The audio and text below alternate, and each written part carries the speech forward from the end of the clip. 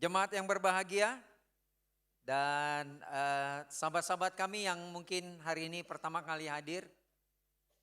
Ya, kita adalah keluarga Tuhan dari Gereja Kristus di Indonesia dan senang bisa beribadah bersama dengan kalian semua di sini. Kita adalah pribadi-pribadi yang tahan uji ya hari ini ya. Kenapa? Karena kita sudah menembus hujan loh. Ya, datang ke sini ada sebagian mungkin nembus banjir lagi. Ya, menembus banjir di rumah, daerah sekitar rumahnya dan segala macam ya. Dan kalian sudah melewati banyak alasan untuk tidak datang kebaktian. Wow. Dan yang paling hebatnya, kalian sudah mengalahkan gaya gravitasi bantal hari ini. Ya. Tepuk tangan dong buat satu sama lain, hebat loh. Kita bisa hadir di sini ya. Gaya gravitasi bantal, selimut, guling semua kita bisa kalahkan ya. Dan kita bisa beribadah bersama dan ini adalah ibadah minggu ketiga di tahun ini. Ya, kita sudah disertai Tuhan sepanjang tahun ini ya, 3 minggu. Dan minggu pertama kita belajar dari Bapak Pendeta Frankie yang membahas tentang bagaimana umat Tuhan masa itu menukar sumber air yang hidup dengan kolam yang bocor. Betul ya? Dan itu sebenarnya tidak pernah sebanding. Ya, hanya mungkin orang memang suka mau yang serba instan, maunya cepat gitu ya. Padahal biayanya lebih banyak untuk kolam bocor itu. Ya, nah mereka tidak tahu bahwa yang instan juga sebenarnya ada prosesnya. Ya, coba contoh mau makan mie instan. Betul nggak? Ada proses kan? Harus beli ke warung, beli telur, ya nggak? Nyiapin mangkoknya belum dicuci lagi. Dicuci dulu, ya habis itu ngerebus 3 menit sampai 5 menit, tirisin, ya dan baru makan. Yang instan juga ada prosesnya, karena itu hari ini kita sangat bersyukur sekali belajar dari kitab Yeremia, kita diingatkan bahwa dalam kehidupan kita akan melewati proses-proses yang Tuhan memang sudah siapkan buat kita. Ya, makanya judul pelajaran saya di sini adalah Remain in the Lord. Ya, tinggal di dalam Tuhan. Kita akan belajar dari pasal 21 sampai pasal 29, tapi sebelumnya mari kita bisa menghadap Tuhan, kita berdoa. Bapa yang terkasih, Tuhan terima kasih buat kasih-Mu, rahmat-Mu, penyertaan-Mu buat hidup kami. Kami sangat bersyukur Engkau menghantarkan kami masuk ke minggu yang ketiga di tahun ini. Biarlah Tuhan, ini kami lihat bukan sebagai sesuatu yang biasa atau sebagai sesuatu yang kebetulan atau kami berhak menerima ini. Tetapi semua ini karena kemurahan Engkau. Dan biarlah setiap kemurahan Engkau kami boleh balas dengan tindakan kebenaran yang kami boleh lakukan. Kami diingatkan Tuhan bahwa kami tentu dalam hidup kami akan melewati banyak musim kehidupan kami. Tetapi setiap musim berganti, Engkau ada di sana menemani kami. Biarlah kami belajar dari bangsa Israel bagaimana mereka diproses oleh Engkau, dibentuk oleh Engkau, melewati banyak musim kehidupan mereka. Tapi Engkau selalu ada di sana. Sebentar saya akan menyampaikan firman-Mu. Pakai saya orang yang memiliki banyak keterbatasan dan ketidakmampuan ini. Untuk bisa menyampaikan maksud dan kehendak-Mu. Agar jemaat-Mu beroleh hati yang bijaksana. Terpuji nama Engkau, di dalam nama Tuhan Yesus kami berdoa. Amin. Bapak Ibu Saudara-saudari, tapi sebelumnya mari kita mengucapkan terima kasih buat semua orang yang sudah bertugas melayani Tuhan hari ini. Para asyar, multimedia, guru-guru sekolah minggu dan song ministry juga semuanya. Dan semua orang yang tidak tersebutkan di sini, saya sangat percaya bahwa semua pelayanan kita diperhatikan Tuhan dan diperhitungkan Tuhan. Amin. Ya, nah di bab ini atau di pasal 21 sampai pasal 29 ini bukan pasal yang mudah ya. Karena di mana mereka mulai masuk ke pembuangan-pembuangan tersebut ya. Kemarin kita udah belajar tentang dari Pendeta Charles bagaimana mereka harus waspada dengan ajaran yang tidak sehat itu ya. Iya, doktrin yang tidak sehat dan kita harus banyak selektif dalam mendengar. Ya, dan hari ini saya mau melanjutkan. Judul pelajarannya adalah tinggal di dalam Tuhan, remain in the Lord. Situasinya begini, kalau kita lihat pasal 21, situasinya adalah Israel sedang dikepung oleh Raja Babel. Di ayat yang kedua dari pasal 21, demikian firman Tuhan, tanyakanlah kiranya petunjuk Tuhan untuk kami. Sebab Nebukadnezar, Raja Babel memerangi kami. Barangkali Tuhan mau melakukan kepada kami tepat seperti perbuatan-perbuatannya yang ajaib. Sehingga Nebukadnezar mundur meninggalkan kami. Bapak ibu saudara-saudari, ini nampak kayaknya situasinya sangat banyak relate dengan apa yang dihadapi orang hari ini. Yaitu kapan datang ke Tuhan? Waktu terdesak, tertekan, terancam. Betul nggak? Nah ini sama dengan mereka. Waktu mereka udah dikepung, ini kalau dikepung berarti mereka keluar mati, ya kan? Akan berperang, di dalam pun mereka mati kelaparan. Nah serba salah, maju kena, mundur kena, gitu loh kurang lebih ya. Dan apa yang mereka lakukan? Tanyalah ke Tuhan. Raja Zedekia minta utusan, suruh utusan, tanya petunjuk Tuhan. Nah seberapa sering kita mengalami itu? Kita hanya datang kepada Tuhan hanya ketika kita terdesak. Kita datang ke Tuhan hanya ketika kita tertekan, terancam. Ya kalau anak kampus mau ujian datang ke Tuhan. Betul ya? Iya, tapi kalau nggak ada ujian, jadi sebenarnya ujian itu penting loh. Betul nggak? Karena kita makin dekat sama Tuhan. Iya, betul. Iya, kalau anak single, akhir bulan datang ke Tuhan. Gajinya udah mau habis. Ya Tuhan, bungakanlah uang ini. Ya, Bapak Ibu Saudara-saudari, kita perlu sadar bahwa apa yang mereka minta waktu mereka ada di dalam sana. Mereka minta situasi diubahkan. Mereka bilang Tuhan pasti bisa melakukan perbuatan yang ajaib seperti dulu. Waktu Tuhan buat tulah. Kami mau bangsa Nebukadnezar itu, bangsa Babel itu dikalahkan. Kami mau begitu keluar, oh ternyata udah pada mati mereka. Bayangin. Mereka ingin apa? Situasi yang diubahkan. Tapi Tuhan fokusnya adalah hati mereka yang harus diubahkan.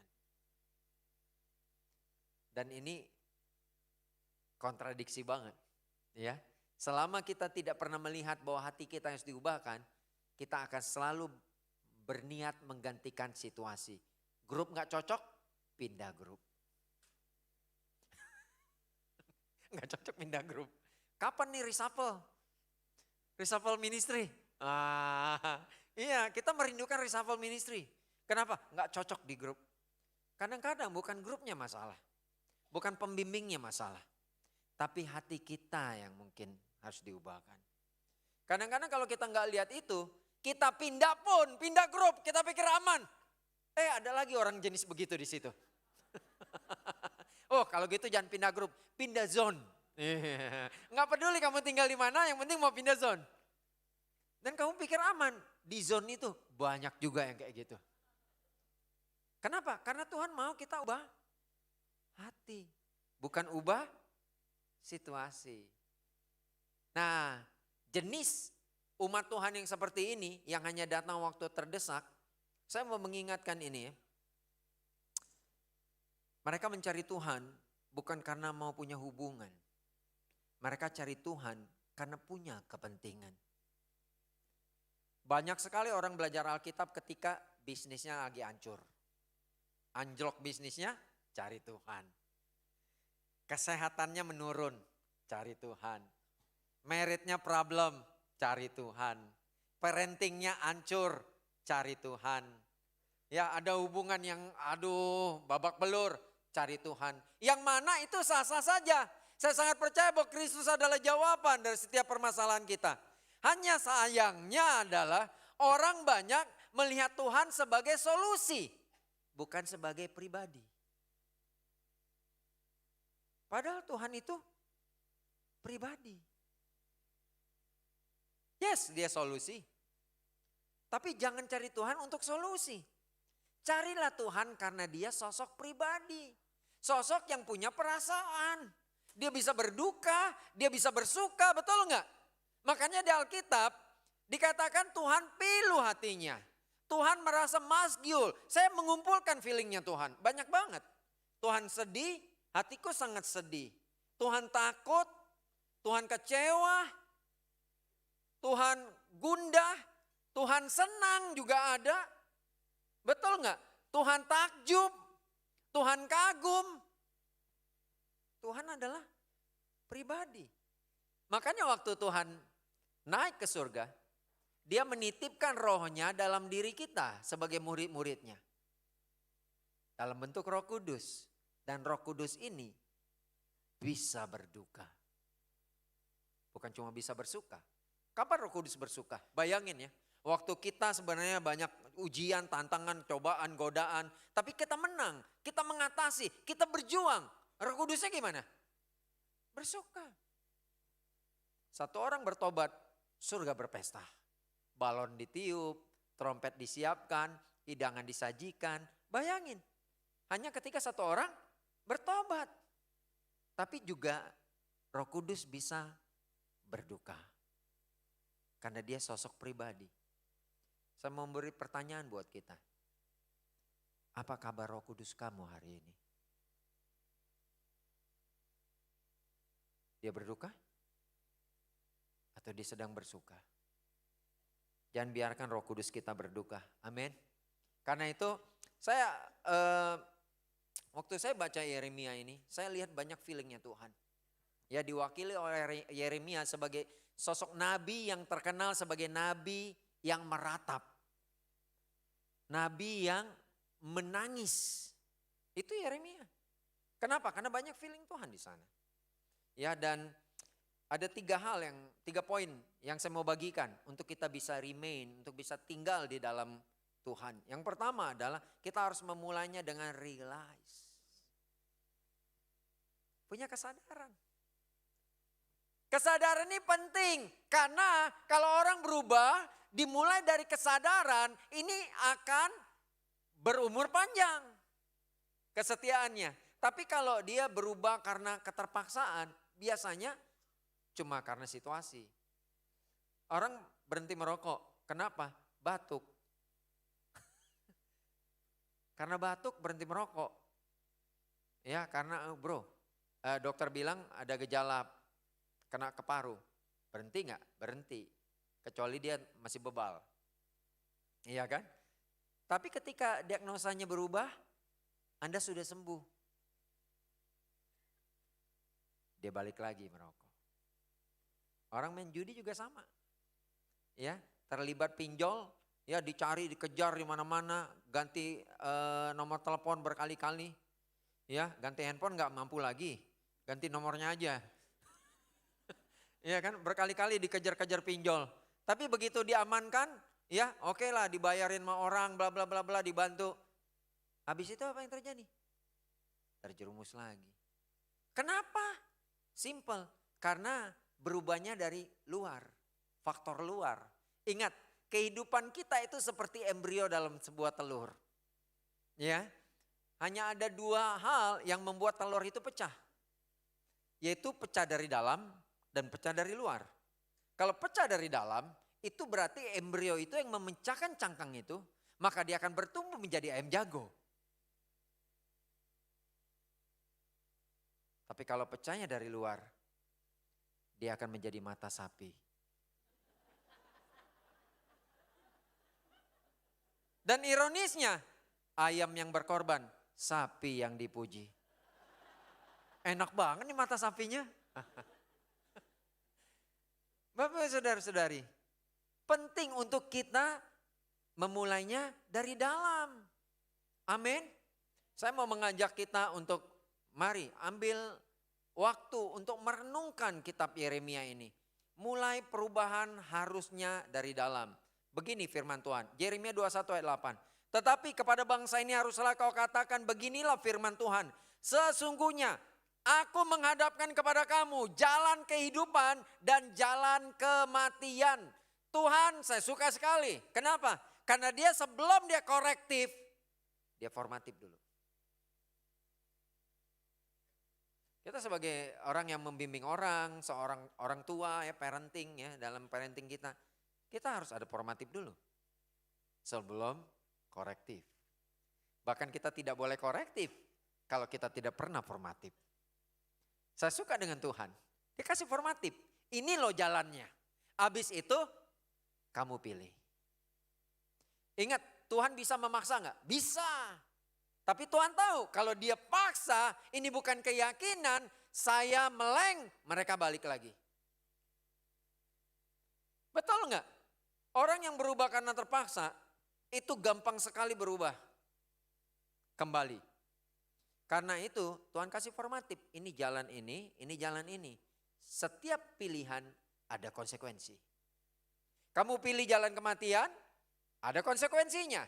Kamu pilih jalan kehidupan, ada konsekuensinya. Bedanya apa? Bedanya gini, kalau jalan kehidupan, bayarnya sekarang, nikmatinya nanti.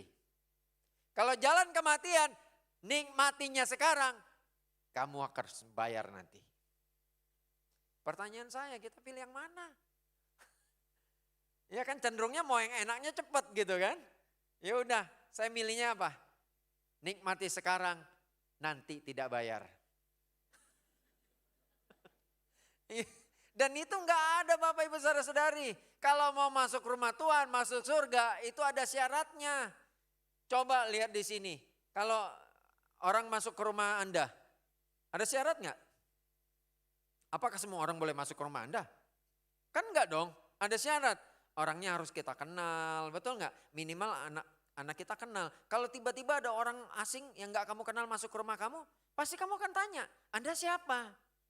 Enggak mungkin Anda kasih masuk. Oh, saya temannya Aquila, saya temannya April. Pastiin dulu, kok bapak-bapak temannya Aquila? Tanya, betul enggak? Saya tanya dulu. Apalagi mau masuk rumah Tuhan Bapak Ibu Saudara-saudari. Tuhan menyiapkan aturan yang ketat untuk itu. Amin. Jadi yang pertama yang terpenting apa? Kita perlu realize. Perlu sadar. Ambil waktu. Iya ya, apa yang harus saya ubah? Dari mana saya berubah? Ingat, kita harus tahu ada di mana, mau kemana dan bagaimana menuju ke sana. Itu yang penting dalam pertobatan. Kita lihat di Yeremia 22 ayat yang ketiga dan 4 dan yang kelima. Ini Tuhan mengatakan begini, lakukanlah keadilan dan kebenaran. Silakan baca lanjutannya di rumah, ayat 3 dibilang gitu ya. Kamu harus lakukan keadilan dan kebenaran. Ayat yang keempat, sebab jika kamu sungguh-sungguh melakukan itu, maka titik. Tuhan kasih tahu upahnya. Tetapi jika kamu tidak mendengarkan perkataan-perkataan ini, maka Tuhan kasih tahu titik konsekuensinya. Saya lihat Tuhan sangat jelas. Gak ada yang abu-abu dalam Tuhan. Gak ada. Tuhan sangat jelas. Kalau kamu lakukan ini konsekuensi kamu. Kalau kamu lakukan ini konsekuensi kamu. Tapi aku maunya ini. Jelas banget. Bapak Ibu Saudara-saudari, Tuhan sediakan pengampunan tapi manusia tidak bisa mengambil selama masih menggenggam dosa. Gak bisa. Ya kalau kita masih menggenggam sesuatu, menggenggam dosa, kita gak bisa ambil pengampunan. Saya ingat tentang jebakan monyet ya. Jebakan monyet itu, ya monyet suka makan apa? Kacang. Jadi yang suka makan kacang ingat ini ceritanya. Ya, dimasukin kacang rebus, harumnya kacang rebus itu membuat monyet tertarik. Lalu dia memasukkan tangannya ke lubang bambu. Kacang itu taruh di dalam bambu, monyetnya masukin tangannya. Lubang itu hanya cukup untuk tangan yang kosong. Dia masukin tangannya, diambil kacang itu. Begitu menggenggam kacang, tangan monyet itu jadi besar, jadi lebar. Nggak muat lagi lubangnya. Pertanyaan saya, gimana cara monyet itu menyelamatkan jiwanya, nyawanya? Lepaskan kacangnya, selamat nyawanya. Atau dia pegang terus kacangnya, hilang nyawanya. Kalau seandainya kita pilih yang mana? Kita pilih yang mana? Nah, Tuhan bilang apa? Tuhan sediakan pengampunan. Bapak Ibu Saudara-saudari, hari ini Tuhan masih sediakan pengampunan. Kapan Tuhan buka pintu pengampunan? Yang paling sangat signifikan waktu Yesus mati. Saya cerita. Ada ruang kudus, ruang maha kudus. Ruang maha kudus hanya bisa dimasuki oleh bukan imam. Imam besar. Ya, hanya imam besar. Enggak boleh main-main. Dipisahkan oleh 4 lapis kain yang tebalnya ini kurang lebih ya. Tebal kain itu sejengkal manusia. Waktu saya baca itu tebalnya minta ampun.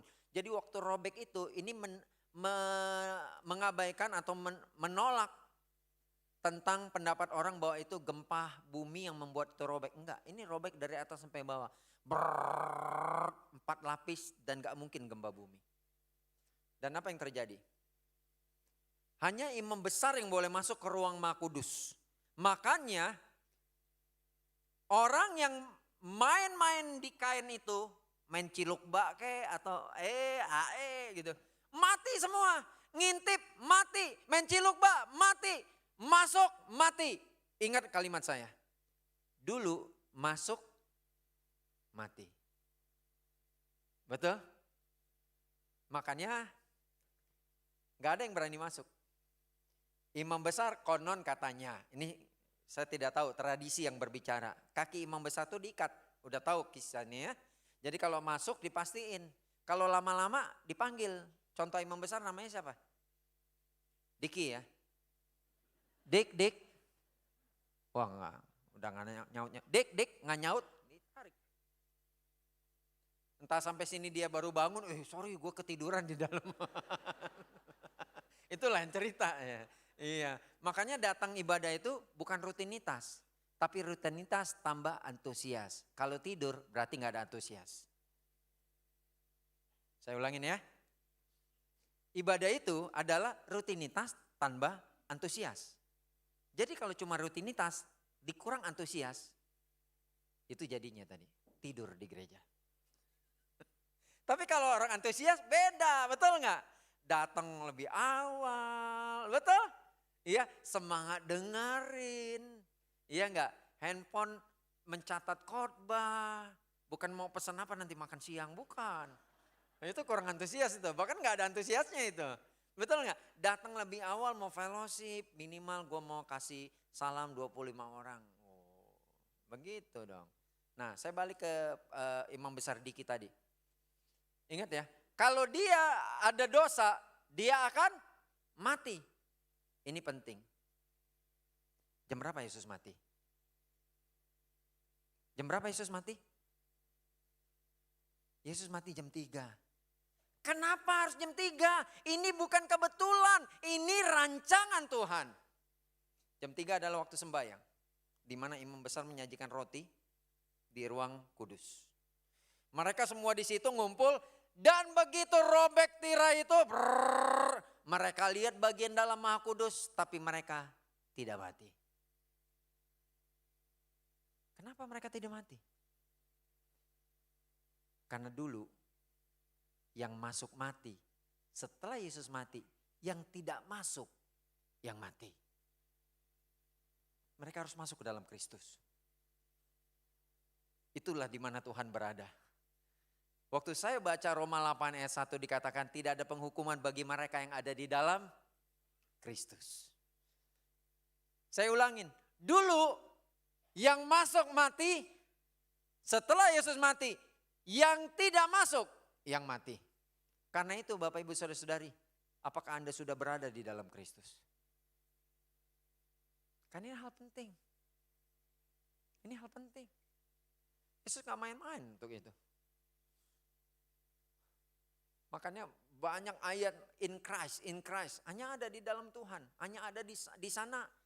Hanya di dalam Kristus ada damai sejahtera. Ada keselamatan, ada kebenaran, ada sukacita. Ada di sana. Di luar itu gak ada. Jadi mari kita berjuang untuk masuk. Tuhan sudah sediakan pengampunan. Nah saya kasih tahu, tadi pintu buka pengampunan.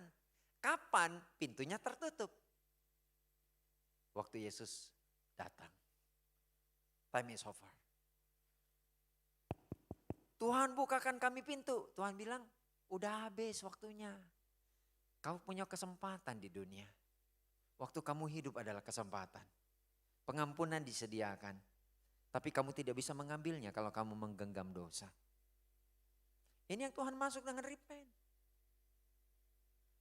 Amin Bapak Ibu Saudara-saudari. Mari kita memulai dengan kesadaran dan melanjutkan dengan pertobatan. Tidak ada pertobatan tanpa kesadaran. Karena itu mari kita mulai dengan kesadaran. Kita lanjut. Setelah mereka realize, mereka perlu lanjutkan dengan repent. Yeremia 24 ayat yang kelima dikatakan di sana begini. Beginilah firman Tuhan Allah Israel, sama seperti buah ara yang baik ini. Demikianlah aku akan memperhatikan untuk kebaikannya orang-orang Yehuda yang kubawa dari tempat ini ke dalam pembuangan ke negeri orang-orang Kasdim. Maka aku akan mengarahkan mataku kepada mereka untuk kebaikan mereka dan aku akan membawa mereka kembali ke negeri ini. Aku akan membangun mereka bukan meruntuhkannya. Aku akan menanam bukan mencabutnya. Bapak Ibu Saudara-saudari, ini perumpamaan yang dibawa oleh Yeremia. Tuhan bilang apa? Sampaikan satu perumpamaan ini tentang dua keranjang buah ara. Buah yang pertama itu adalah buah yang busuk. Buah yang kedua adalah buah yang baik. Nah buah yang busuk adalah orang pikir yang ke pembuangan akan busuk. Tidak, yang tinggal di sini busuk. Kalau kamu mau jadi buah yang baik, kamu harus ikut ke pembuangan. Bisa masuk di akal? Wow, Tuhan kasih tahu jalannya. Jadi kenapa mereka tidak ikut? Mereka bukan tidak tahu jalan kebenaran, tapi mereka sedang menikmati kebebalan mereka. Apalagi ditambah apa? Habis Yeremia begini, kasih firman ini, keluarlah nabi-nabi palsu, bilang begini, jangan pergi, Tuhan akan lindungi kita di sini. Bayangin, kontradiksi, betul? Itu yang terjadi. Ya, sedangkan mereka tuh dibilang harus pergi. Ingat kadang-kadang kita melihatnya begini nih, sama seperti bangsa Israel saat itu. Kalau dibuang itu kesannya jelek, lebih baik tinggal di sini. Makanya sekali lagi mereka minta apa? Tuhan kau punya kuasa, kau bisa melakukan perbuatan ajaib yang hebat. Kalahkan musuh-musuh ini, kami gak mau pergi. Bebal sekali mereka.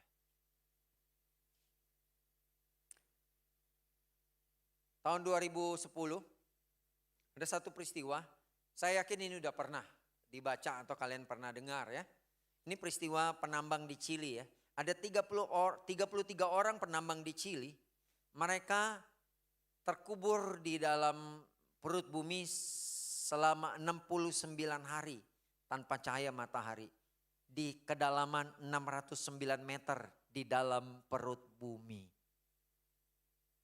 Bisa dibayangin gak? Wow. Dan waktu diselamatin mereka, diselamatkan pakai kapsul hanya boleh satu orang satu. Ya. Begitu mereka sampai di atas,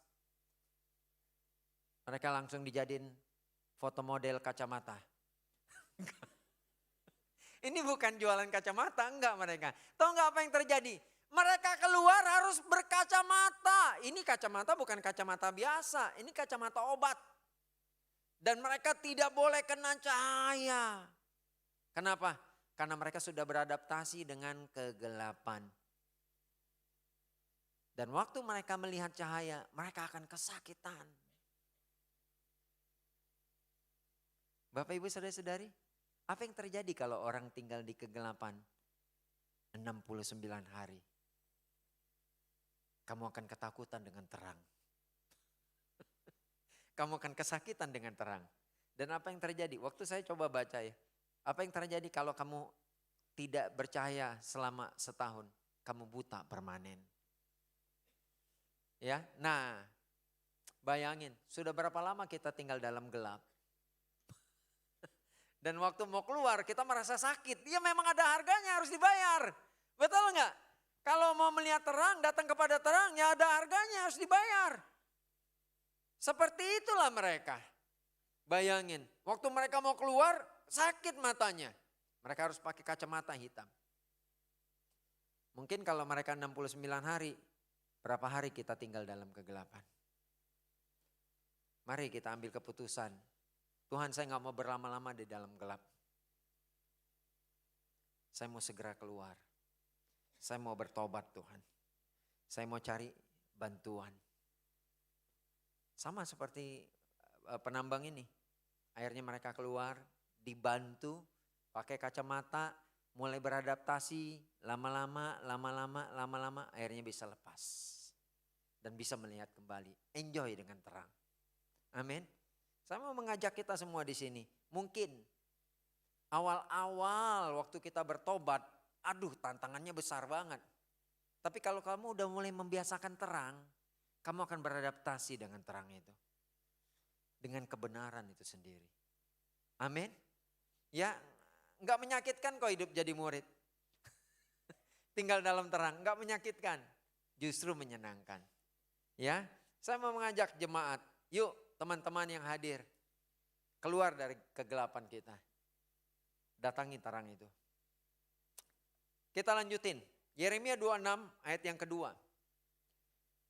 Oh, kalau misalnya firman Tuhan datang ke orang-orang yang ada di Lapo.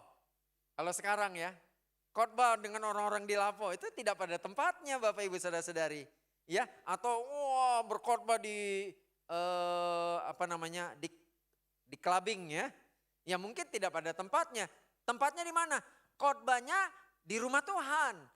Di gereja, di bait Allah. Mungkin hati mereka lebih lembut. Nah ini yang Tuhan pikir. Makanya beginilah firman Tuhan, berdirilah di pelataran rumah Tuhan. Dan katakanlah kepada penduduk segala kota Yehuda yang datang untuk sujud di rumah Tuhan. Mungkin yang gak datang itu keras-keras hati. Ini hatinya mungkin bisa lebih lembut lah. Karena udah ke gereja mereka. Iya enggak? Paling tidak udah ngalahin tadi gaya gravitasi bantal. Udah datang deh ke gereja. Bayangin ya. Tuhan bilang apa? Tapi jangan kau kurangi sepatah kata pun. Mungkin mereka mau mendengarkan dan masing-masing mau berbalik dari tingkah langkahnya yang jahat. Sehingga aku menyesal akan malapetaka yang kurancangkan itu terhadap mereka. Oleh karena perbuatan-perbuatan mereka yang jahat. Tuhan berpikir begitu. Ya, karena mereka datang ke mezbah. Datang ke rumah Tuhan. Mereka datang ke mezbah Tuhan. Tapi sebenarnya hatinya menjauh dari Allah. Fisik mereka aja yang datang ke mezbah. Dari mana statement ini berasal? Dari ayat selanjutnya kita lihat. Ayat-ayat selanjutnya. Setelah itu Yeremia berkhotbah kepada mereka yang ada di rumah Tuhan. Selesai Yeremia berkhotbah, dikatakan begini. Lalu sesudah Yeremia selesai mengatakan segala apa yang diperintahkan Tuhan untuk dikatakan kepada seluruh rakyat itu. Maka para imam, para nabi dan seluruh rakyat itu menangkap dia. Serta berkata, engkau harus mati. Mengapa engkau bernubuat demi nama Tuhan dan berkata rumah ini akan sama seperti Silo. Dan kota ini akan menjadi reruntuhan sehingga tidak ada lagi penduduknya. Bapak Ibu Saudara-saudari, ternyata bukan orang yang jauh dari mezbah Tuhan, jauh dari rumah Tuhan yang jahat hatinya. Bahkan yang di rumah Tuhan pun jahat hatinya. Ini respon mereka. Ini respon pada umumnya orang di gereja. Responnya gimana? Selektif. Maksudnya selektif apa?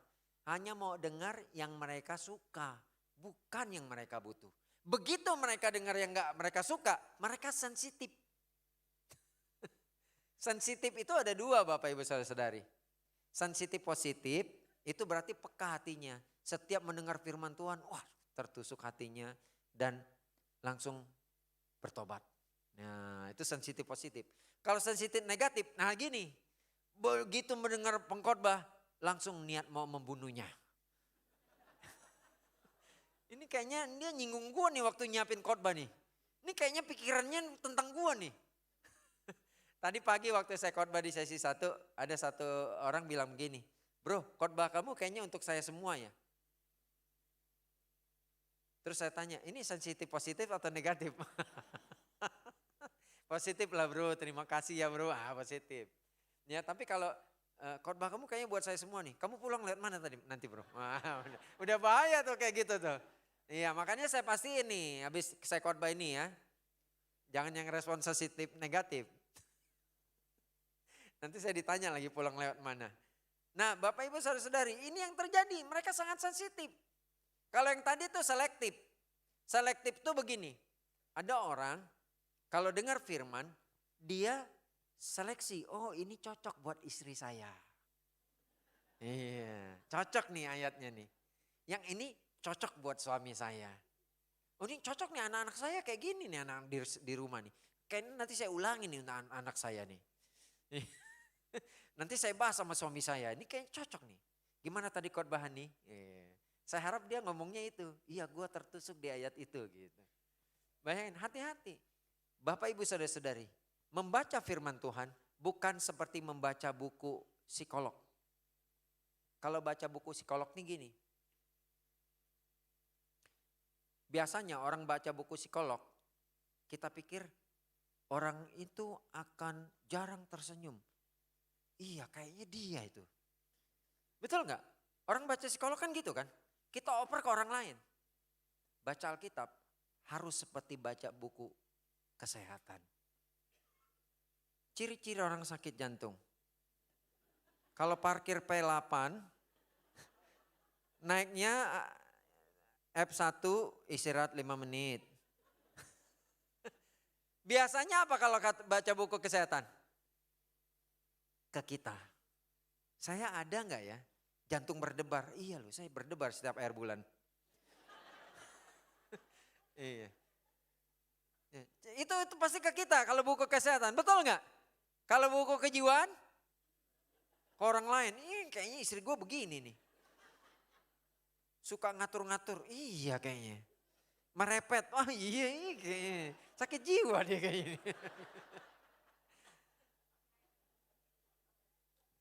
Bapak Ibu Saudara-saudari, kalau baca Alkitab, bacalah sebagai buku kesehatan.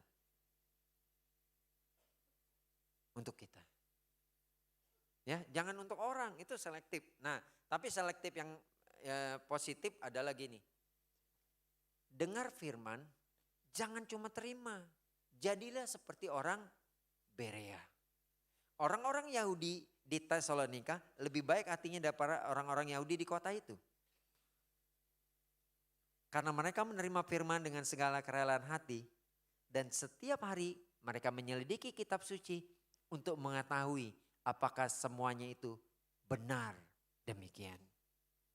Jadi apa yang dilakukan orang Berea? Yang dilakukan orang Berea adalah sewaktu mendengar firman, nerima dengan rela hati. Enggak terpaksa hatinya. Mereka rela hatinya. Rela itu artinya apa? Siap dibentuk. Makanya yang diinginkan respon dari setiap pendengar firman Tuhan adalah sportif. Sportif ini gini, dia mengakui oh iya saya perlu berubah dalam hal ini. Apa yang harus saya lakukan? Seperti itu harusnya. Makanya orang Berea dikatakan mereka menerima dengan kerelaan hati. Cukup nggak? Enggak.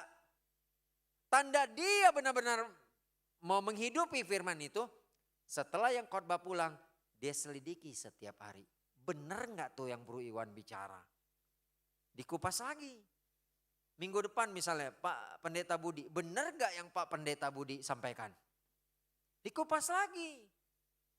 Bahkan kalau bisa ajak grup untuk mengupasnya bersama. Ya, saya membagikan jadwal saat teduh di ministry saya ya, mulai dari tanggal 1 setiap bulan saya bagikan. Dan biasanya hari Senin saya tidak kasih jadwal, tidak ada ayat yang dibaca, tetapi kupas khotbah. Kenapa? Saya mau kita belajar seperti orang Berea. Waktu mendengar firman bukan cuma nerima dan nguap begitu saja. Lalu begini, waktu kita dengar firman Tuhan, kita tanya apa yang saya belajar dan apa yang saya bawa pulang. Yang perlu saya lakukan. Itu jauh lebih baik. Amin. Saya boleh dapatkan amin untuk itu. Iya. Jadi yang pertama Bapak Ibu Saudara-saudari, kita perlu realize kalau untuk bisa tinggal di dalam Tuhan, supaya kita bisa remain in the Lord, kita perlu realize. Hanya sadar doang nggak cukup. Ingat, pertobatan bukan tentang perasaan bersalah. Pertobatan adalah perbuatan atau sikap yang berubah. Kalau cuma merasa bersalah, bukan itu. Pertobatan bukan perasaan, itu adalah perbuatan. Sebuah aksi, amin. Nah, habis repent apa? Yang ketiga, kita akan dapatkan restore, pemulihan. Dan ini bagiannya Tuhan. Ya Tuhan akan memulihkan orang-orang yang realize, orang-orang yang repent. Tuhan akan kasih pemulihan. Ini yang terjadi. Akhirnya mereka tiba di pembuangan. Yeremia 29.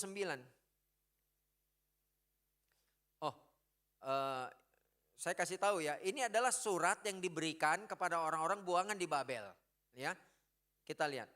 Yeremia 29 ayat 11. Sebab aku ini mengetahui rancangan-rancangan apa yang ada padaku mengenai kamu. Demikianlah firman Tuhan, yaitu rancangan damai sejahtera dan bukan rancangan kecelakaan untuk memberikan kepadamu hari depan yang penuh harapan. Bapak Ibu Saudara-saudari, Tuhan mau mereka melihat bahwa 70 tahun ini bukan sekadar pembuangan, tetapi ini adalah pembentukan. Kenapa? Mereka cuma melihat apa yang mereka bisa lihat, tapi Tuhan melihat lebih jauh. Dan Tuhan lebih tahu dari kita. Amin. Hari ini mungkin kita sedang melewati musim yang tidak enak dalam hidup kita. Musim kekeringan mungkin. Mungkin musim yang kritis ya, krisis. Kesehatan, keuangan, hubungan, saya nggak tahu apa yang sedang Anda hadapi. Saya berasa saya pernah melewati banyak palungan dalam hidup saya. Ada masa saya berpikir, inikah palung terdalam itu, palungan terdalam. Ternyata, enggak ada lagi yang lebih dalam. Iya, ternyata ada lagi. Mungkin dalam hidup kita begitu. Kita pernah ngelewatin palungan dan kita pikir udahlah ini yang paling dalam. Mungkin Tuhan membawa lebih dalam lagi. Saya nggak tahu musim apa yang sedang Anda hadapi. Tapi musim selalu berganti. Tapi Tuhan akan selalu menyertai. Ini pesan Tuhan. Ya, Tuhan kasih semangat buat mereka yang di pembuangan. Ingat, mungkin kamu sedang melewati ini. Masa yang tidak mudah dalam hidupmu. Tapi jangan menyerah. Amin. Kita lihat, Tuhan selalu ada di setiap musim kehidupan kita. Makanya di ayat 12 dia katakan gini. Dan apabila kamu berseru dan datang untuk berdoa kepada aku, maka aku akan mendengarkan kamu. Apabila kamu mencari aku, kamu akan menemukan aku. Apabila kamu menanyakan aku dengan segenap hati. Ingat Bapak Ibu Saudara-saudari. At least bahkan sekaligus kamu ada di palungan terendah sekalipun. Tuhan ada di sana. Amin. Tuhan ada di sana. Ketika kita ngelewatin musim yang tidak enak hari ini. Tuhan ada di sana. Karena Tuhan selalu ada di setiap musim kehidupan kita. Di ayat yang ke-14 dikatakan gini. Aku akan memberikan kamu menemukan aku. Demikianlah firman Tuhan. Dan aku akan memulihkan keadaanmu. Dan akan mengumpulkan kamu dari segala bangsa. Dan segala tempat di mana kamu telah kucerai beraikan. Demikianlah firman Tuhan. Dan aku akan mengembalikan kamu ke tempat dari mana aku telah membuang kamu. Bapak Ibu Saudara-saudari, ini janji Tuhan. Mereka tahu enggak mereka akan kembali? Enggak. Mereka belum ada di masa depan. Mereka tidak perlu tahu hari esok. Yang mereka perlu tahu tentang siapa yang pegang hari esok. Saya mau kasih tahu ini. Tuhan tepati janji enggak? Tahun 586 sebelum Masehi, rumah Tuhan dihancurkan oleh Babel. Tahun 538 Raja Kores memulangkan mereka. Habis itu 2 tahun mereka bekerja, mereka sibuk ngebangun rumah mereka sendiri. Inilah Hagai negor mereka. Kamu sibuk membangun rumah kamu tapi rumah Tuhan terbengkalai. Bayangin, mereka dipulangin tujuan untuk bangun rumah Tuhan. Tapi mereka akhirnya beralih membangun rumah mereka sendiri. Sibuk untuk diri mereka sendiri. Itu yang terjadi. Tahun 522 sebelum Masehi. Raja Darius, ini sebelum Masehi makanya mundur ya. Raja Darius memerintah. Tahun 520 Nabi Hagai bernubuat. Tahun 516 pembangunan rumah Tuhan selesai. Rumah Tuhan dihancurkan, itu tanda Tuhan tinggalkan mereka. Karena rumah Tuhan tanda kehadiran Tuhan. Tetapi tahun 516 rumah Tuhan diselesaikan. Dan selisihnya adalah 70 tahun. Tuhan tepati janji. Tepuk tangan buat Tuhan kita. Waktu saya baca ini, Bapak Ibu Saudara-saudari, wow, kita punya Tuhan yang hebat. Raja-raja boleh berganti, Nebukadnezar, Raja Kores, Raja Darius, kerajaan Babel, kerajaan Persia, apapun boleh berkuasa. Tapi Tuhan lebih berkuasa. Tuhan tahu kalau dia berjanji sama kita, dia akan tepati kita.